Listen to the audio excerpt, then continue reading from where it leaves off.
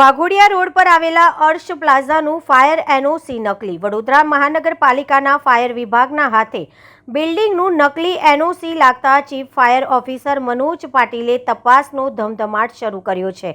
ત્યારે આ એનઓસી સાથે આવા અન્ય કેટલાય એનઓસી ઇસ્યુ કરવામાં આવ્યા છે તે દિશામાં હાલ તપાસ શરૂ કરવામાં આવી છે. આ એનઓસી પર એક પૂર્વ ઇન્ચાર્જ ચીફ ફાયર ઓફિસરનું નામ છે, જ્યારે તેમનું પૂર્વ ઇન્ચાર્જ ચીફ ફાયર ઓફિસરની સહી સામે આવી છે. ત્યારે આજવા રોડ પર આવેલી આ એક બિલ્ડિંગનું એનઓસી નકલી હોવાનું સામે આવ્યું છે. શહેરના વાઘોડિયા રોડ મહાવીર હોર 4 રસ્તા પાસે આવેલા અર્શ પ્લાઝા બિલ્ડિંગમાં અગાઉ આગ લાગી હતી.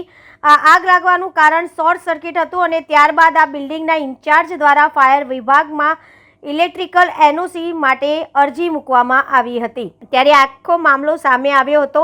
આ બિલ્ડિંગની એનઓસી સંપૂર્ણ નકલી હોવાનું ચીફ ફાયર ઓફિસર મનોજ પાટીલનું કહેવું છે, કારણ કે એનઓસીનો કોઈ પણ રેકોર્ડ ફાયર વિભાગ સામે આવ્યો નથી. આ સાથે જ આ ફાયર એનઓસી પર પૂર્વ incharge chief fire officer Nikunj આઝાદનું નામ હતું, જ્યારે તેની ઉપર સહી પૂર્વ ઇન્ચાર્જ ચીફ ફાયર ઓફિસર અને સસ્પેન્ડેડ એવા પાર્થ બ્રહ્મભટ્ટની હતી. ત્યારે હાલ સમગ્ર મામલે તપાસ શરૂ કરવામાં આવી છે.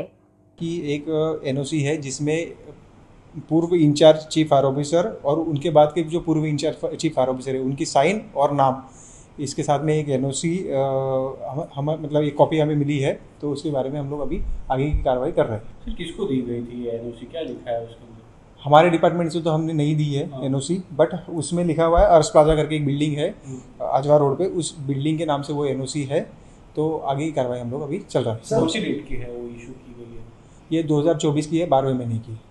हाँ सर, एक अभी तो सिर्फ एक एनओसी बाहर आई है सर. लगता है कि इसके ज़्यादा कुछ एनओसी बाहर आ सकती है डुप्लीकेट. अभी हम लोग तो सभी बिल्डिंगों की चेकिंग कर रही है, जितनी भी हाई राइज इस्टेब्लिशमेंट है वडोदरा सिटी की, उनकी सभी की हम लोग चेकिंग कर रहे हैं. अगर ऐसा कुछ अगर आता है ध्यान में तो आगे की आवश्यक कार्रवाई करेंगे. क्या डिफरेंसेस दिख रहे हैं?